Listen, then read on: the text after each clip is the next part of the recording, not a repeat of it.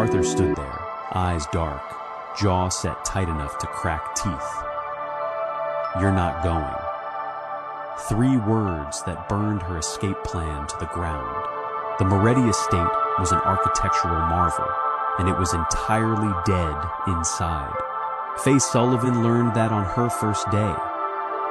The walls were clad in imported Italian marble that held the cold, no matter how high the heating was cranked. There were no photographs, no scattered toys. It looked less like a home where a 6-year-old boy lived, and more like a mausoleum waiting for its next occupant. Faye stood in the center of the sprawling kitchen, wiping down the granite countertop with a damp cloth. The rhythmic swish, swish was the only sound in the cavernous room. Upstairs, Leo was finally asleep. It had taken 3 stories, 2 glasses of water, and checking under the bed for monsters. The irony never escaped her. The monsters didn't hide under the beds in this house. They sat at the heads of the dining tables. She tossed the rag into the sink and leaned against the counter, exhaling a long, slow breath. Her shift had ended 2 hours ago. Technically, but in the employment of Arthur Moretti, technicalities were suggestions, and Faye needed this job. The pay was exorbitant, enough to clear her mother's medical debt and keep her own head above water in a city that drowned the poor for sport. She walked past the dining room, her sensible flats making no sound on the rugs. The house was quiet, but it was a loaded gun kind of quiet. Men in tailored suits with bulges under their left arms lingered by the perimeters. They never spoke to her. She never spoke to them. It was a mutual agreement of invisibility. Faye glanced at the grandfather clock in the hall. 11:40. She had 20 minutes. Her room was in the east wing, tucked away near the service stairs. She hurried down the corridor, slipped inside, and shut the door.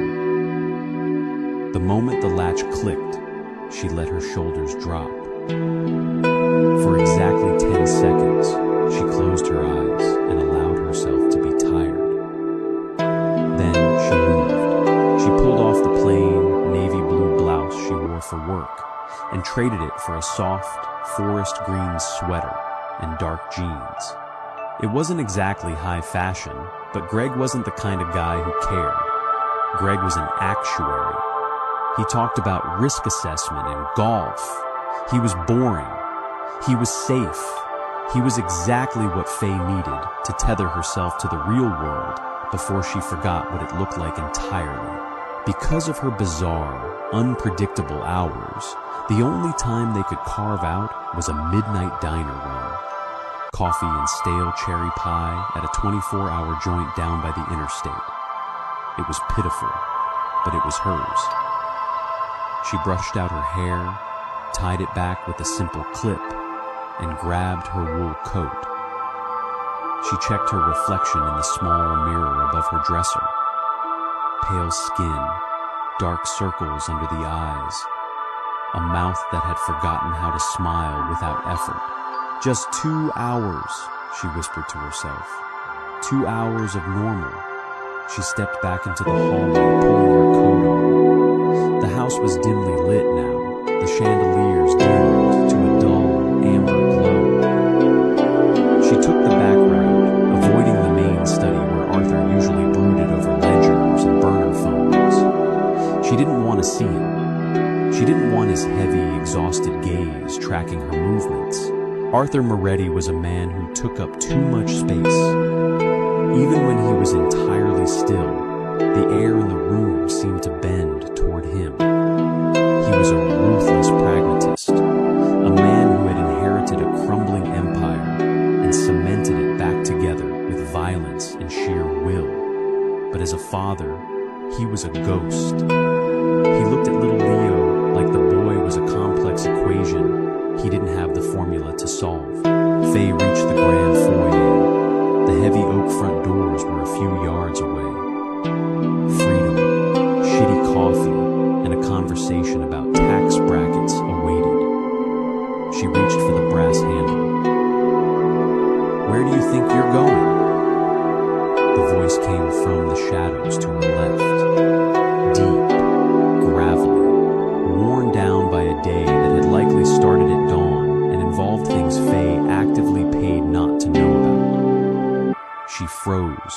her hand hovering inches from the brass. Faye didn't jump. She had trained herself out of startled responses weeks ago. Instead, she slowly lowered her hand and turned. Arthur emerged from the archway leading to the west parlor. He wasn't wearing his suit jacket. His tie was loosened, hanging limply against a wrinkled white shirt, and the top two buttons were undone. He held a highball glass with a single, melting square of ice in it. He looked terrible. Beautiful in a ruinous, jagged way, but terrible. "Out," Faye said. Her voice was steady. She made sure of it. "My shift ended at 9, Mr. Moretti." Arthur took a slow sip from his glass, his dark eyes never leaving her face. He walked toward her. He didn't hurry. He moved with the slow, deliberate pace of an apex predator that knew the gates were locked. "It's midnight, Faye." He stopped a few feet away, close enough that she could smell the sharp tang of bourbon and the faint, acrid, lingering scent of smoke. "Where are you going at midnight?" "I have plans." "Plans?" He tasted the word like it was bitter. "In a diner off Route 9 with an actuary." A cold spike of adrenaline hit her chest. She stared at him, her expression hardening. "You had me followed. I have everyone followed. You live in my house. You take care of my son. If you think I don't know who you talk to, where you go, and what you eat, you haven't been paying attention." Faye felt a flush of genuine anger heat her cheeks. The cynical part of her knew this was standard operating procedure for a man like him. The human part of her wanted to slap the glass out of his hand. "Well, then your guys can sit in the parking lot and watch me eat pie," Faye said, turning back toward the door. "Good night, Mr. Moretti." She grabbed the handle.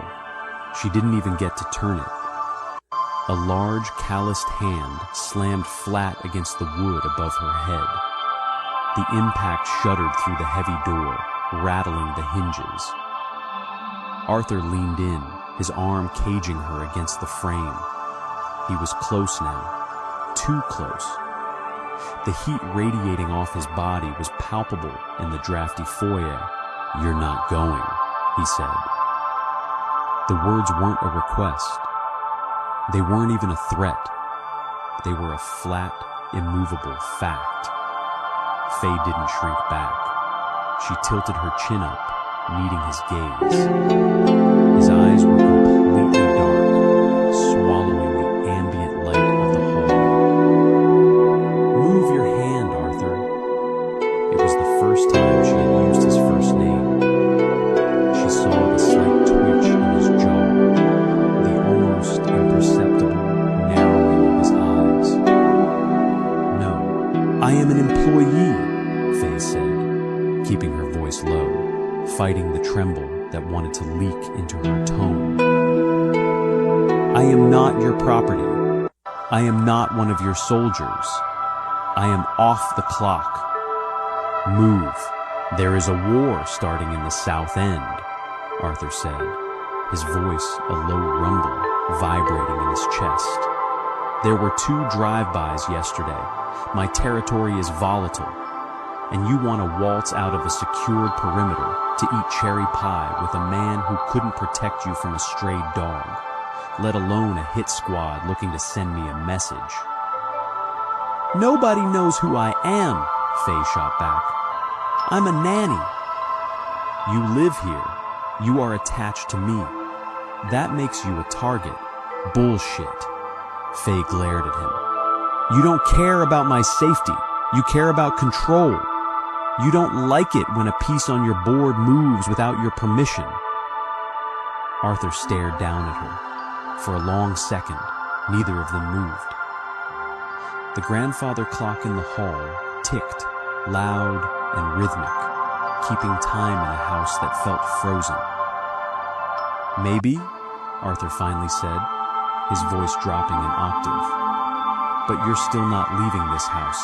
"I need a life," Faye snapped, the frustration finally breaking through her stoic facade. "I need to look at someone who doesn't have a kill count. I need to sit in a sticky booth and talk about something mind-numbingly boring, just to remind myself that the rest of the world isn't bleeding out on a warehouse floor." Her chest heaved. The words hung in the air, raw and exposed. She hated that she let it out. She hated that he was looking at her like he finally saw her. Arthur didn't yell back. He didn't tighten his grip or pull his gun. He just looked at her, his expression shifting from cold authority to something dangerously close to exhaustion. He lowered his arm from the door, but he didn't step back. He stayed in her space, trapping her between his body and the oak. "He's not right for you," Arthur said quietly. Faye blinked, completely derailed by the statement. "What? Greg, he's safe. He's boring. You think that's what you want, but it'll suffocate you in a year. You have too much fire for a man who calculates risk for a living." "And you know what's right for me?" she asked, her voice laced with venom. Arthur's gaze dropped to her mouth for a fraction of a second before snapping back up to her eyes. "I know it's not him, and I know you're not walking out that door tonight." Before Faye could fire back a retort, a small sound echoed from the top of the grand staircase. A soft, muffled sniffle. Both of them froze. The heavy, charged tension between them shattered instantly, replaced by a different, sharper kind of dread. Faye pushed past Arthur, her anger forgotten, and looked up into the shadows of the second-floor landing. Leo was standing there. He was wearing his oversized rocket ship pajamas, clutching a faded plush bear by one worn ear. His bare feet were pressed together on the cold marble edge of the step. Tears tracked silently down his pale cheeks. He didn't make a sound. He rarely did. Leo was a quiet crier, a trait he had developed after his mother died in the crossfire of a deal gone bad 2 years ago. The loud cries got ignored. The silent ones were a survival mechanism in a loud, violent house. "Leo," Faye breathed. She stripped off her coat, letting it fall onto the pristine floorboards. The date, the actuary, the diner, gone. Evaporated. She took the stairs 2 at a time.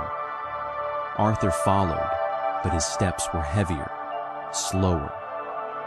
He trailed behind her like a man walking to his own execution. Faye reached the landing and immediately dropped to her knees, bringing herself down to the boy's eye level. She didn't crowd him. She never crowded him. "Hey, buddy," she whispered, keeping her voice incredibly soft. "What's going on? Bad dream?" Leo nodded slowly. He didn't speak. He just stepped forward and buried his face into the soft wool of Faye's green sweater. His small hands gripped the fabric tightly, his little body trembling. Faye wrapped her arms around him, pulling him flush against her. She rubbed his back in slow, rhythmic circles, murmuring quiet nonsense into his hair. She smelled like cheap lavender shampoo and warmth. To Leo, it was the only safe harbor left in the world. Arthur stopped a few feet away. He stood perfectly still, watching them. His hands were shoved deep into his pockets. The glass of bourbon had been abandoned somewhere downstairs. Faye looked up at him over Leo's shoulder. She expected to see the ruthless boss, the man who had just pinned her to a door to assert his dominance. Instead, she saw a man who looked entirely, profoundly helpless. Arthur stared at his crying son, and he didn't know what to do. His hands, capable of dismantling rival syndicates and ordering executions with a flick of the wrist, hung useless at his sides. He couldn't fix a bad dream. He couldn't shoot a nightmare. He didn't have the vocabulary for comfort. Faye saw the fracture in him, the jagged edge of his guilt. He was a king in the underworld, but in this hallway, he was a failure, and he knew it. "Do you want to go back to bed, Leo?" Faye asked softly. "I can sit with you." Leo shook his head violently against her chest. "No," he croaked, his voice raspy from crying. "Monsters." "There are no monsters in your room, baby. I checked, remember? They came back." Faye sighed, kissing the top of his head. She stood up, lifting the 6-year-old into her arms. He was getting too big to carry like this, but tonight she didn't care about the strain on her back. He wrapped his legs around her waist and buried his face in her neck. "Okay, how about hot chocolate? The real kind, on the stove." Leo gave a tiny, almost imperceptible nod. Faye turned to head toward the back stairs that led down to the kitchen. She paused as she passed Arthur. He hadn't moved. He was staring at the floor, the muscles in his jaw ticking. "Are you coming?" Faye asked. Arthur looked up, surprised. "What?" "Hot chocolate," Faye said, shifting Leo's weight on her hip. "Your son is awake, terrified, and needs a distraction. You can either stand here looking like a brooding gargoyle, or you can come downstairs and help me find the marshmallows." She didn't wait for his answer. She turned and walked down the hall, her soft footsteps echoing against the walls. Arthur stood alone in the dark for a long moment. He looked down at the empty space where Faye and his son had just been. He felt a phantom ache in his chest, a tight, crushing sensation that had nothing to do with rival gangs or encroaching territory. It was the terrifying realization that if Faye walked out that front door, this house would completely collapse. He took a breath, letting the cold air fill his lungs, and followed them down to the kitchen. When he arrived, the scene was entirely domestic, an alien broadcast in his sterile fortress. Faye had set Leo on the counter next to the stove. She was pouring milk into a small saucepan, the blue flame clicking to life beneath it. She was talking to the boy, not about the nightmare, but about a stray cat she had seen in the courtyard earlier that day. Her voice was steady, animated, but not loud. Gabriel stood in the doorway. He had shed the suit jacket and the tie. He was just wearing the white button-down, the sleeves rolled up to his forearms, revealing the dark ink of the syndicate tattoos wrapping around his wrists. He held a small silver key in his hand, her spare key, the one she kept locked in a secure box at the office for emergencies. He stepped inside and closed the door behind him. The click of the lock echoing in the quiet apartment sounded like a vault slamming shut. Gabriel looked at her. He looked at the heavy duffel bag strapped across her chest. He looked at the overturned chair by the desk. He didn't look angry. He looked profoundly disappointed. "Where are you going, Clara?" he asked. His voice was soft, reasonable, and terrifying. "You froze my accounts," she said, her voice shaking slightly despite her best efforts. "You canceled my flight," Leo giggled. It was a small, fragile sound, but it cut through the room like a beacon. Arthur's head snapped toward his son. The boy was smiling, looking at Faye as she theatrically dumped a handful of miniature marshmallows into the mugs. Arthur looked at Faye. Her hair was falling out of its clip. Her green sweater was wrinkled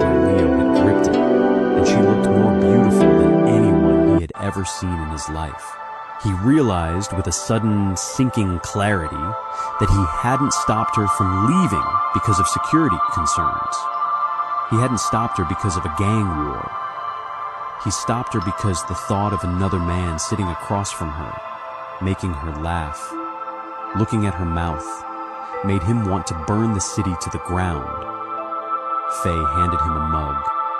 Their fingers brushed. Her skin was warm. His was cold. "Drink," she ordered, turning back to Leo. Arthur took a sip. It was too sweet. It was burning hot. It was perfect. He watched them for the next hour until Leo fell asleep against Faye's shoulder on the kitchen stool. Arthur stepped forward, gently sliding his arms under his son to take the weight from her. For a second, Faye's arms were tangled with his around the boy. He could smell the lavender. "I'll take him up," Arthur murmured. Faye stepped back, nodding, suddenly looking very tired. "Good night, Arthur." Faye. She stopped by the doorway, looking back. "I'll cancel the detail on the actuary," Arthur said, his voice flat. "If you want to go out tomorrow, you can go." Faye looked at him. She looked at the boy sleeping in his arms, the hardened lines of his face, the vulnerability he was trying desperately to hide. "I'm off the clock tomorrow," Faye said softly. "I think I'll just stay in." She walked away, leaving Arthur standing in the kitchen, holding his sleeping son, feeling the tectonic plates of his entire life shifting beneath his feet. Daylight did not soften the Moretti estate. If anything, the morning sun exposed the sharp edges of the house, bouncing off the polished floors and throwing harsh shadows against the bare walls. Faye stood at the kitchen island, staring at the screen of her phone. "Missed you last night. Reschedule for Tuesday?" Greg. She read the text 3 times. A normal message from a normal man. It felt like an artifact from a different civilization. She tapped the screen, intending to type a polite apology, an excuse about a headache or a sudden shift change. Instead, her thumb hovered over the backspace key before clearing the notification entirely. She didn't reply. She dropped the phone into her apron pocket and turned to the stove. Eggs, toast, black coffee, routine. Routine kept the mind from slipping. Footsteps echoed in the hallway. Not the soft patter of Leo, but the heavy, deliberate tread of a man who owned the floorboards he walked on. Arthur walked into the kitchen. Faye kept her eyes on the frying pan, scraping the edges of the eggs with a wooden spatula. She didn't look up, but she felt him enter. The air pressure in the room always seemed to drop when he walked in. He was dressed for war, corporate or otherwise. A charcoal 3-piece suit perfectly tailored to broad shoulders, a crisp white shirt, a silk tie knotted tight at his throat. He looked impeccable. He also looked like he hadn't slept a single minute. "Good morning," Arthur said. His voice was raspy, catching slightly on the words. "Morning," Faye replied, sliding the eggs onto a ceramic plate. "Leo is still asleep. I was going to let him rest until 8, considering the late night." "That's fine." He didn't leave. Usually, Arthur grabbed a travel mug of black coffee and disappeared into the back seat of a waiting SUV before the sun fully cleared the horizon. Today, he pulled out a stool at the island and sat down. Faye finally looked at him. He was staring at the empty countertop, his large hands resting flat against the granite. "Do you want breakfast?" she asked. The question felt foreign in her mouth. She was paid to feed his son, not him. "No." He paused, clearing his throat. "Just coffee, if there is any." Faye poured a mug and slid it across the island. Arthur caught it by the handle. Their eyes met briefly. The memory of the previous night, the heat of him pinning her against the front door, the bizarre domesticity of marshmallows at midnight, hung in the space between them, heavy and unacknowledged.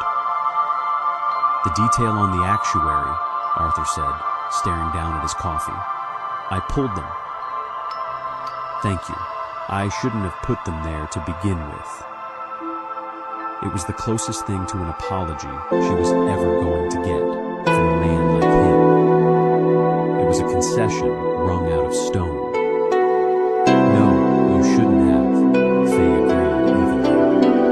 She wiped her hands on a dish towel. "But I understand why you did." Arthur looked up, surprised.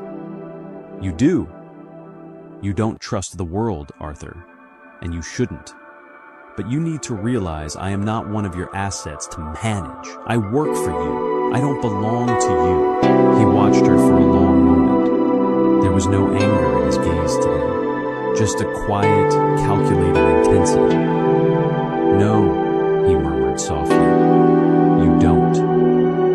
Before the silence could stretch into something suffocating, the heavy oak doors of the kitchen swung open.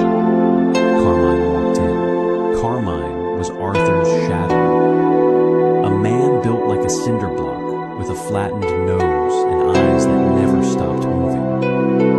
He wore a suit that cost more than Faye's annual salary, but it always looked a little out of place on him, like armor he hadn't quite adjusted to. He stopped when he saw Faye. His jaw snapped shut, swallowing whatever words he had brought into the room. "Boss," Carmine said, nodding at Arthur. Arthur's posture changed instantly. The tired father vanished. The kingpin returned. The shift was so fast, it gave Faye whiplash. He stood up, abandoning the coffee, and adjusted his cuffs. "Outside," Arthur ordered. Carmine didn't move toward the door. He stepped closer, lowering his voice, though in the cavernous kitchen, the acoustics carried the gravelly whisper straight to Faye. "It's done, but it was messy. They hit the docks." Arthur's face turned into a mask of granite. "Casualties? 2 of ours, 4 of theirs. It's escalating, Arthur. The south end is bleeding into the perimeter." Faye stood frozen by the sink. 2 dead, 4 dead. Said with the same casual tone one might use to report a drop in the stock market. She looked at Carmine's hands. His right knuckles were split. The skin around them bruised a deep, ugly purple. A faint smear of something dark and dried stained his white shirt cuff. Blood. Arthur glanced back at Faye. He saw where she was looking. He saw her register the blood. "My study," Arthur barked at Carmine. "Now." Carmine turned and walked out. Arthur lingered for a fraction of a second. He looked at Faye, his eyes silently daring her to judge him, pleading with her not to, and warning her to stay away all at once. Then he was gone. Faye stood alone in the kitchen, the smell of burnt toast suddenly filling the air. By noon, the house was a fortress. Faye didn't need to be told the rules. She observed the changes. The heavy iron gates at the end of the driveway, usually left open during the day for deliveries, were welded shut. The security detail patrolling the grounds had tripled. Men in dark coats walked the perimeter with assault rifles slung openly across their chests. The invisible wall separating Leo's sterile, quiet life from his father's violent empire was cracking. Faye kept Leo in the West Wing playroom. It was the furthest room from the front doors, devoid of large windows. She built a massive fort out of sofa cushions and heavy wool blankets, turning the morning into a game of survival that the 6-year-old found thrilling. They ate sandwiches by flashlight inside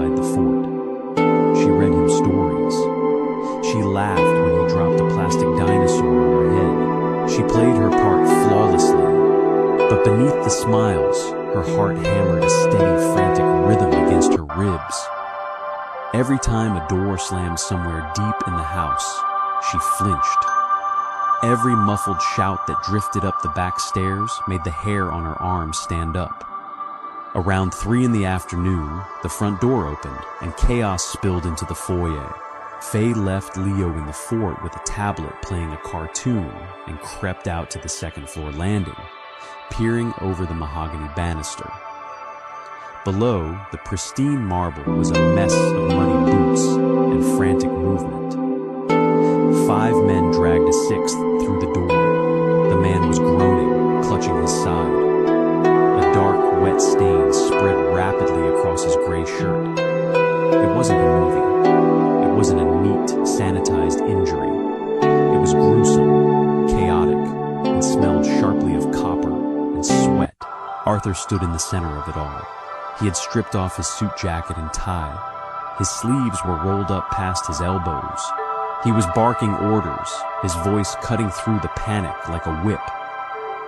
Get him to the basement, call the surgeon, tell him he has 10 minutes or I'll break his fucking hands.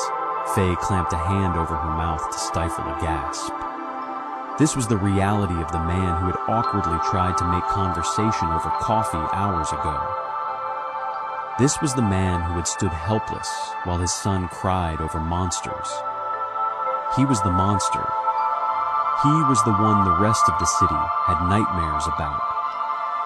As they dragged the bleeding man toward the basement door, Arthur turned. He looked up. His eyes locked onto Faye, leaning over the banister. Time stopped. The screaming men, the blood on the floor, the frantic energy of the house. It all fell away. Arthur stared at her. His chest was heaving. There was a smear of crimson across his cheekbone. He looked feral, dangerous. He didn't yell at her to go back to her room. He didn't offer an excuse. He just looked at her, his expression entirely stripped of pretense. This is what I am, his eyes said. This is what you stay for. Faye didn't run. She didn't look away. She held his gaze for 3 agonizing seconds, acknowledging the blood, the violence, the absolute ruin of the man standing below her. Then she turned and walked back to the playroom. She had a 6-year-old to protect. The rest of the evening passed in a suffocating blur. The surgeon arrived. Men came and went. The house hummed with a dark, violent energy. Faye fed Leo dinner in his room, bathed him, and read him to sleep. She didn't leave his side until 10 o'clock, when the exhaustion finally pulled him under. When she stepped out into the hallway, the house was eerily silent again. The blood in the foyer had been scrubbed away, leaving behind the sharp chemical stench of bleach. Faye walked slowly down the stairs. She was exhausted. Her bones ached. She wanted to lock herself in her room and bury her head under a pillow. But her feet carried her toward the west wing, toward the heavy double doors of Arthur's study. She pushed the door open without knocking. The study was dark, lit only by a brass desk lamp that threw a pool of yellow light over a scattered map of the city. Arthur was sitting behind the massive oak desk. He was staring blindly at the wall, a glass of amber liquid untouched by his right hand. A Glock 19 lay dismantled on a velvet cloth in front of him. He was cleaning it. The smell of gun oil mixed with the stale smoke of a cigarette burning in an ashtray. He didn't look up when Faye walked in. "The boy is asleep?" he asked. His voice was hollow, stripped of its usual commanding resonance. "He's out," Faye said. She stepped fully into the room, closing the door behind her with a soft click. The sound made Arthur's shoulders tense. "You shouldn't be down here, Faye. The house is on lockdown. Stay in your quarters." "No." Arthur finally looked up. His eyes were bloodshot, the dark circles beneath them bruised and heavy. "No, I am not a prisoner, Arthur. I am not a soldier taking orders.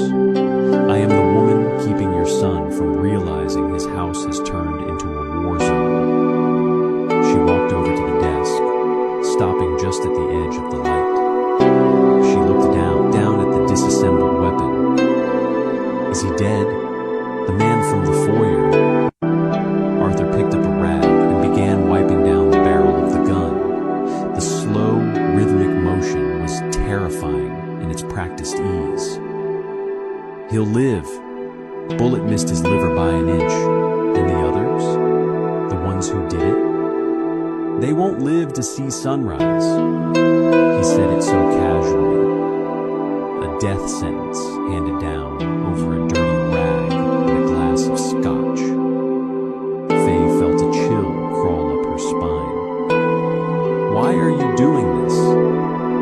"Doing what?" Arthur snapped the slide back onto the frame with a sharp metallic clack. "Defending my territory? Ensuring the people who rely on me don't get slaughtered in their beds? Why are you letting it bleed into this house?" Faye asked, her voice raising. She slammed a hand flat on the desk. The sudden noise made Arthur jump slightly, his hand instinctively tightening on the grip of the gun before he forced his fingers to relax. "Leo is upstairs. He plays in the hallways where your men bleed out. He breathes the air that smells like bleach and gunpowder." Arthur stood up. The chair scraped harshly against the hardwood floor. He leaned over the desk, towering over her. The feral energy from the foyer was back. "You think I want this?" he snarled, his voice a low, dangerous rumble. "You think I want my son to see this life? I inherited a broken machine, Faye. If I stop turning the gears, it crushes us both. If I show weakness, if I cede an inch of ground to the south end, they don't just take my money, they take my life. They take Leo." He stepped around the desk, moving into her space. Faye held her ground, tilting her head up to meet his furious glare. "I am fighting for my son's life," Arthur said, his chest rising and falling heavily. "I am building a wall out of corpses so he never has to hold a gun. Don't you dare come into my sanctuary and judge me for the blood on my hands when it's the only thing keeping you and him breathing tonight." "I am not judging you for surviving," Faye shot back, refusing to be intimidated by his proximity. "I am angry because you are doing it alone. You lock me in this house. You tell me I can't leave. You tell me I'm a target, and then you shut me out. I'm taking care of your son. I am in this, Arthur, whether I want to be or not. If I'm going to die because of your wars, the least you can do is look me in the eye and tell me what the hell is happening." Arthur stopped. The fury in his eyes flickered, fracturing into something incredibly raw. He looked down at her. She wasn't trembling. She wasn't crying. She was standing in the center of his violent world, demanding the truth. No one demanded things from Arthur Moretti. They begged. They bargained. They died. Faye just stood there, fiercely alive, holding him accountable. Arthur raised a hand. He hesitated, his fingers hovering inches from her face. He was terrified to touch her. He felt like a man covered in soot, reaching out for something pristine. Slowly, carefully, he let his knuckles brush against her cheek. Faye didn't pull away.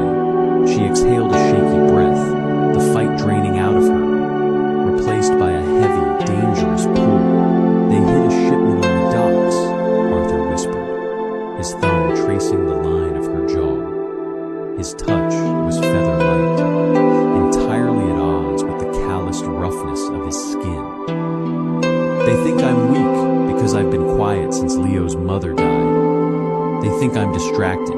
They're making a push for the city. Can you stop them? Faye whispered back. I have to. Arthur's eyes dropped to her lips, then tracked back up to her eyes. If they breach this house, if they get to him, if they get to you. He closed his eyes, a grimace of pure agony twisting his features. I'll burn the whole state down. He stepped closer, closing the final inch between them. He didn't kiss her. He simply rested his forehead against hers. It was a surrender. The kingpin laying his crown at the feet of the nanny. You should have gone to the diner, Arthur breathed into the dark space between them. You should have walked out that door last night and never come back. Faye reached up, her fingers wrapping lightly around his wrist, grounding him. The smell of gunpowder and scotch was overwhelming, but underneath it, she smelled him.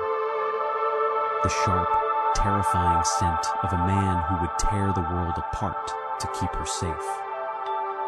I'm not going anywhere, Arthur, she said. 3 days passed. The Moretti estate didn't just feel like a fortress anymore. It felt like a submarine trapped at the bottom of the ocean. The pressure against the hull was constant. Faye kept the television off. She kept the music low. She and Leo spent the hours in the center of the house, away from the grand windows that overlooked the manicured lawns. They painted at the kitchen island, watercolors, bright, messy streaks of yellow and blue that felt almost offensive in a house steeped in so much gray. Arthur was a ghost. He left before dawn and returned long after midnight. When Faye did see him, he looked hollowed out. His suits were immaculate, but the man wearing them was fraying at the seams. They didn't speak about the moment in the study. They didn't need to. It hung between them, a live wire in a dark room. It happened on a Thursday afternoon. It didn't start with an explosion. It didn't start with sirens or screaming. It started with silence. Faye was washing paintbrushes in the sink. The low hum of the refrigerator was the only sound in the kitchen. Outside the heavy oak doors, the rhythmic pacing of the hallway guard, a young kid named Tommy suddenly stopped. Faye froze. The water ran over her hands, turning the remaining blue paint into a pale, milky stream. She waited for the footsteps to resume. They didn't. Instead, there was a soft, wet thud. It sounded like a heavy sack of flour hitting the marble floor. The hair on the back of Faye's neck stood up. Leo, she said. Her voice was too calm. She wiped her hands on her apron, her eyes locked on the kitchen door. Put the brush down, honey. Leo looked up, a smudge of green paint on his nose. I'm not done with the dinosaur. Now, Leo. He blinked at her sharp tone, but he obeyed. He slid off the stool. Before Faye could take a step toward him, the kitchen door splintered. It didn't just open. The wood blew inward with a deafening crack, the locking mechanism shattered by a heavy boot. A man stepped into the kitchen. He wasn't wearing a suit. He wore a dark tactical jacket and a black mask pulled up over his nose. In his hands, he held a suppressed submachine gun. He looked at Faye. He looked at Leo. Faye didn't think. The human brain isn't built to process the sudden arrival of death with logic. It operates on pure, violently suppressed instinct. She grabbed the heavy cast iron skillet resting on the stove grate.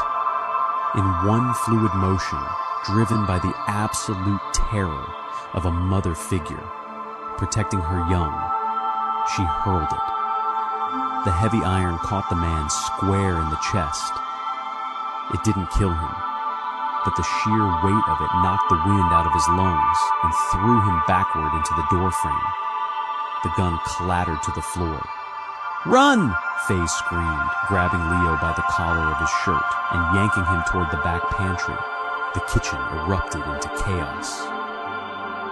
Another man shoved past the first. Gunfire shattered the silence, but it wasn't the deafening roar of a movie. It was the sharp, mechanical clack, clack, clack of suppressed rounds chewing through the granite island. Stone dust sprayed into the air. Faye shoved Leo into the pantry, slamming the heavy wooden door behind them. The space was narrow, lined with shelves of canned goods and dry pasta. It was a dead end. "Under the bottom shelf," Faye ordered, shoving boxes of cereal out of the way. "Crawl back. Do not make the sound. Put your hands over your ears." Leo was crying, his small face pale with shock. He scrambled under the wooden shelving, wedging himself into the dark corner. Faye backed away from the shelves, putting herself between the boy and the door. She looked around frantically. A broom, a fire extinguisher, a box of matches. Useless garbage against men with automatic weapons. Footsteps approached the pantry, heavy, deliberate. Faye picked up the red metal fire extinguisher. It weighed about 15 pounds. Her hands were shaking so hard she could barely grip the handle. She stood to the side of the door, her back pressed flat against the wall, holding her breath. The handle turned. The door swung outward. A figure stepped into the threshold. Faye swung the extinguisher with every ounce of strength in her body. A massive hand caught the red cylinder mid-air. The impact jarred her arms, sending a shockwave up to her shoulders. "Stop!" It was Carmine. He was bleeding from a cut above his eyebrow, the blood dripping down the side of his flattened nose. His suit jacket was gone. He looked at the extinguisher in her hands, then down at her terrified face. "It's me!" Carmine grunted, gently pushing the heavy cylinder out of her grip. "We have to move. They breached the south gate. Boss is 10 minutes out, but we don't have 10 minutes. Faye dropped the extinguisher. It hit the floor with a loud clang. She turned and crouched. "Leo, come out. It's Carmine." Leo scrambled out from under the shelves, throwing his arms around Faye's neck. She picked him up, ignoring the way her muscles screamed in protest. "Where?" Faye asked, looking at the massive enforcer. "Basement, the armory. It's reinforced steel. I can't hold the stairs until Arthur gets here." They moved out of the pantry. The kitchen was destroyed. The man Faye had hit with the skillet was gone, leaving a smear of blood on the doorframe. The air smelled like cordite and pulverized stone. They stepped into the hallway. The house was alive with violence now. Distant shouts, the shatter of glass, the heavy thud of bodies hitting the floor. It was a war zone. "Stay behind me," Carmine ordered. He raised a heavy pistol, keeping it leveled down the corridor. They moved quickly. The usually grand, sterile house was a nightmare of shadows and noise. They reached the door leading to the basement. Carmine wrenched it open and ushered them through. Just as Faye stepped onto the top landing, a shout rang out from the end of the hall. "Hey!" Carmine spun around. He didn't hesitate. He didn't seek cover. He simply planted his feet and fired 3 times down the corridor. A man at the far end dropped, but not before returning fire. Carmine grunted. He stumbled backward, his heavy shoulders slamming against the door frame. "Carmine!" Faye screamed. "Go down!" he roared, his voice terrifying and absolute. He reached over with his left hand and slammed the basement door shut in her face. The lock clicked. Faye stood in the dark stairwell, clutching Leo to her chest. Above them, through the thick wood of the door, the muffled sounds of a brutal, close-quarters firefight echoed. Heavy thuds, shouts, then silence. She didn't wait to see who won. She carried Leo down the concrete steps, her flat slapping against the cold floor. The armory was at the far end of the basement. A heavy steel vault door with a digital keypad. Arthur had given her the code weeks ago. Just in case, he had said. She punched in the numbers. Her hands were slick with sweat. 4920. The heavy bolts disengaged with a mechanical clunk. She pulled the door open, hauled Leo inside, and pulled it shut behind them. The locking mechanism engaged automatically. Total silence. The vault was cold. It smelled like steel, gun oil, and old money. The walls were lined with racks of weapons, stacks of cash, and ledgers. It was the heart of Arthur's empire, and it was entirely useless to Faye. She sank to the floor, pulling Leo into her lap. She rocked him back and forth, staring at the heavy steel door. "Are the monsters going to get in?" Leo whispered, his voice trembling. Faye smoothed his hair back, kissing his forehead. Her own heart was beating so fast it hurt. "No, baby. This door is magic. Nothing gets through it." "Is my dad coming?" Faye closed her eyes. The image of the men in the kitchen, the blood, the gunfire. "Yes, he's coming." They sat in the dark for what felt like days. The air in the vault grew stale. Every creak of the house, settling above them, sent a fresh spike of adrenaline through Faye's veins. She mentally prepared herself for the heavy steel door to open. She stared at a crowbar resting on a nearby crate, calculating if she could reach it in time. Then, the keypad beeped. Faye scrambled backward, dragging Leo with her behind a stack of wooden crates. She held her breath. Clunk! The door swung open. Light spilled into the vault. A figure stood in the doorway, backlit by the bare bulbs of the basement corridor. His chest was heaving. His suit jacket was gone.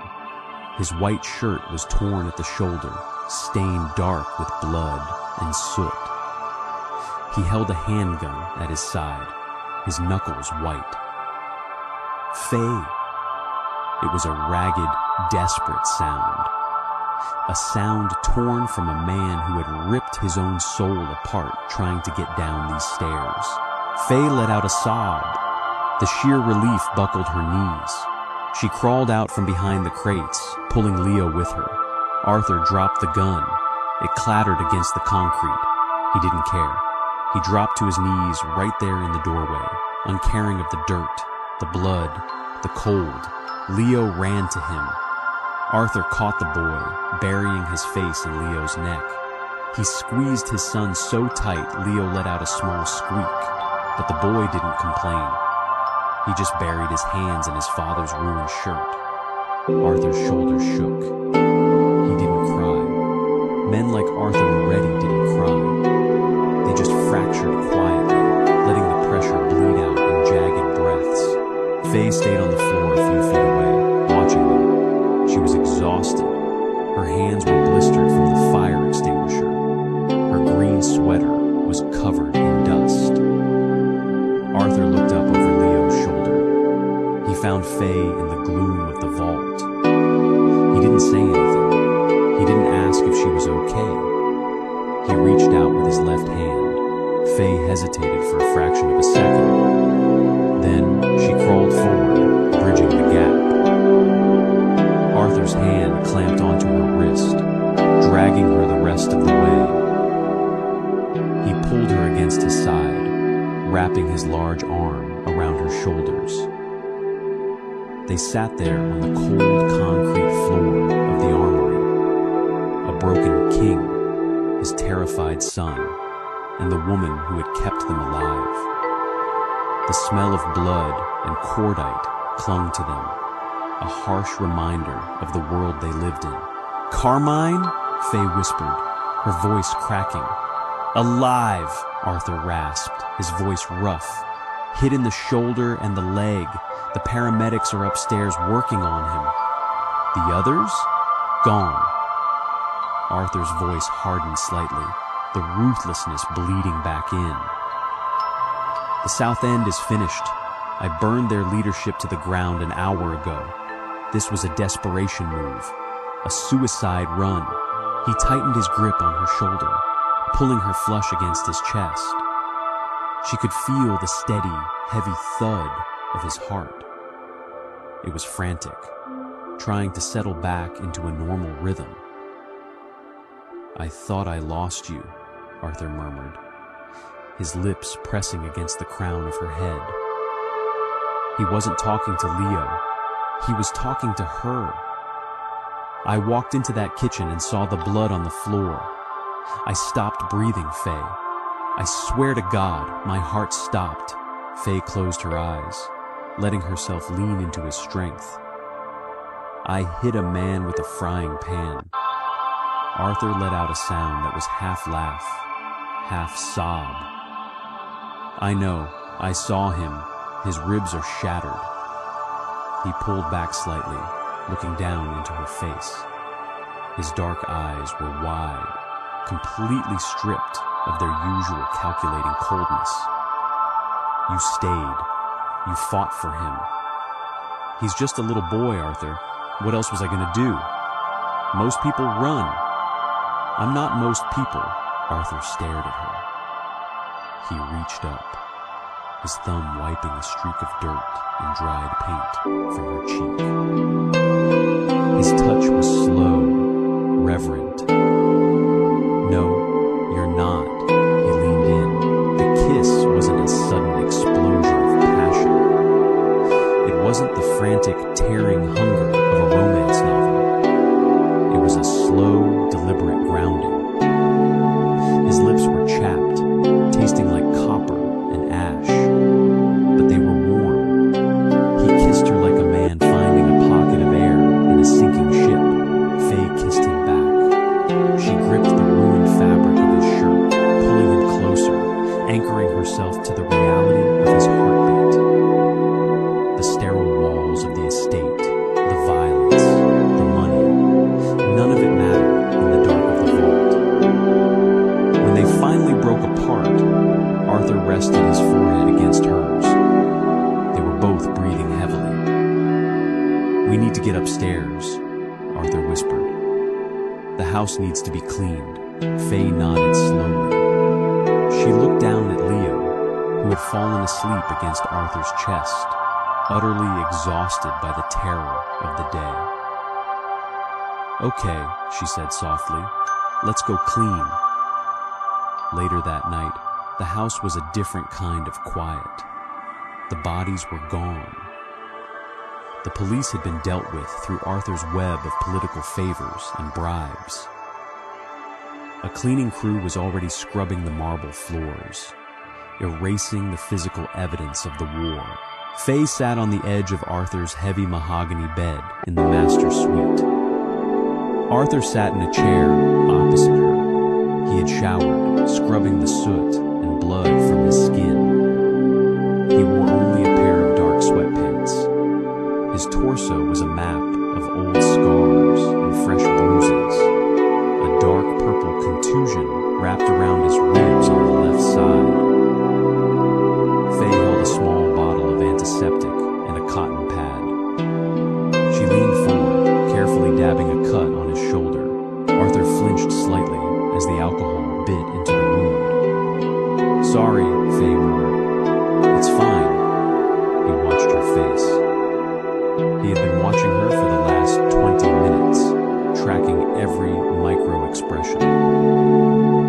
"You didn't pack your bags."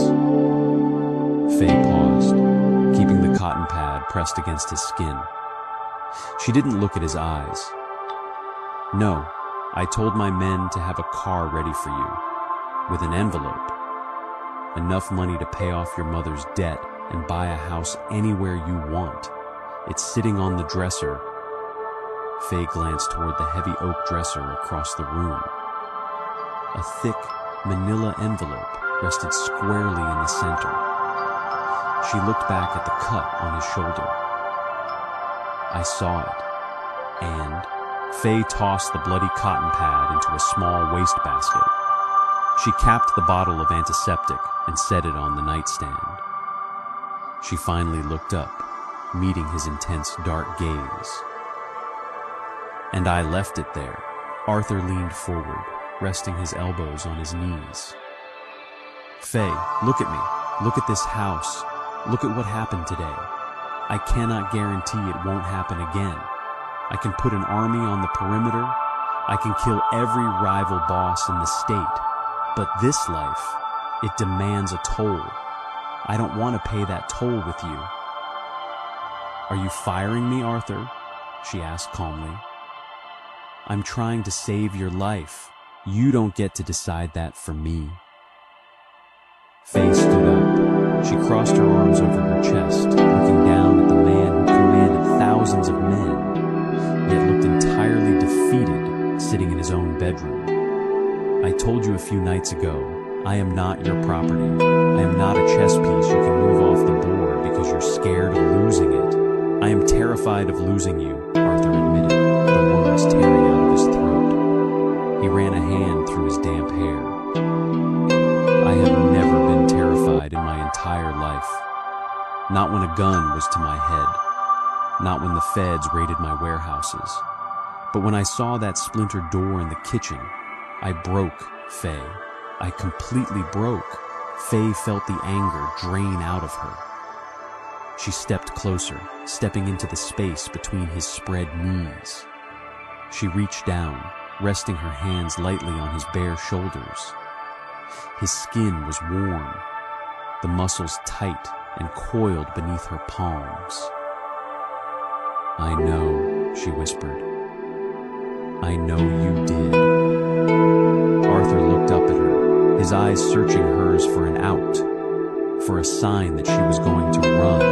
"I'm staying," Faye said, her voice dropping, taking on a tone of absolute certainty. "But not as an employee, not as a hostage in a marble tower." "Then as what?" "As someone who chooses to be here," Faye said. She traced the line of his jaw with her thumb. "I will not hide in the basement while you fight wars. I will not pretend this life doesn't exist. If I stay, I am in it. All of it. The ledgers, the decisions, the risks. You don't get to shut me out to protect me." Arthur stared at her. The sheer audacity of her demand. The absolute power of a woman holding nothing but her own agency, dictating terms to a man who ruled a city. He didn't argue. He didn't tell her it was too dangerous. He looked at her, truly seeing the iron beneath her soft sweaters and quiet demeanor. She wasn't just a nanny. She was a survivor. She was a queen waiting for a ruined kingdom. He reached up, wrapping his large hands around her waist. He pulled her forward, burying his face in her stomach. It was a gesture of complete submission. "Okay," Arthur breathed against her shirt. "Okay." Faye stroked his damp hair. She looked out the large window of the master suite. The estate grounds were dark, heavily patrolled. The war was over, but she knew the peace was always temporary. There would be other threats, other men with guns. But as she stood in the quiet of the bedroom, holding the most dangerous man in the city, she realized she wasn't afraid. 2 months later, the Moretti estate still looked like an architectural marvel, but it no longer felt dead inside. The heavy iron gates were still heavily guarded, and the men in suits still patrolled the perimeter, but the invisible wall separating the business from the home had shifted, Faye sat at the massive oak desk in Arthur's study. The desk lamp cast a warm glow over a stack of ledgers and shipping manifests. She had a pen in her hand, crossing out a line item and making a note in the margin. The door opened. Carmine stepped in. He walked with a slight limp now, a permanent souvenir from the shootout in the hallway, but he looked healthier. The dark circles under his eyes were gone. "Shipment clears customs at midnight," Carmine said, standing awkwardly in front of the desk. He still wasn't entirely used to reporting to Faye, but he didn't question it. After the day she saved his life and held the line in the kitchen, Carmine would have followed her into a burning building. "Route it through the West Warehouse," Faye said, not looking up from the ledger. "The feds have been sitting on the North Dock all week. Don't give them a reason to stop a truck." "Got it." Carmine hesitated. "Boss is looking for you." Faye smiled slightly, capping her pen. "Tell him I'll be out in 5 minutes." Carmine nodded and left, pulling the heavy door shut behind him. Faye stood up, stretching her back. She wore a tailored black blazer over a silk blouse. She looked sharp, capable. The nanny uniform of plain sweaters and sensible flats had been retired. She walked over to the liquor cabinet, poured 2 fingers of bourbon into a crystal glass, and carried it out to the back patio. The night air was crisp. The stars were actually visible, a rare treat just outside the city limits. Arthur was standing by the stone balustrade, looking out over the dark expanse of the lawn.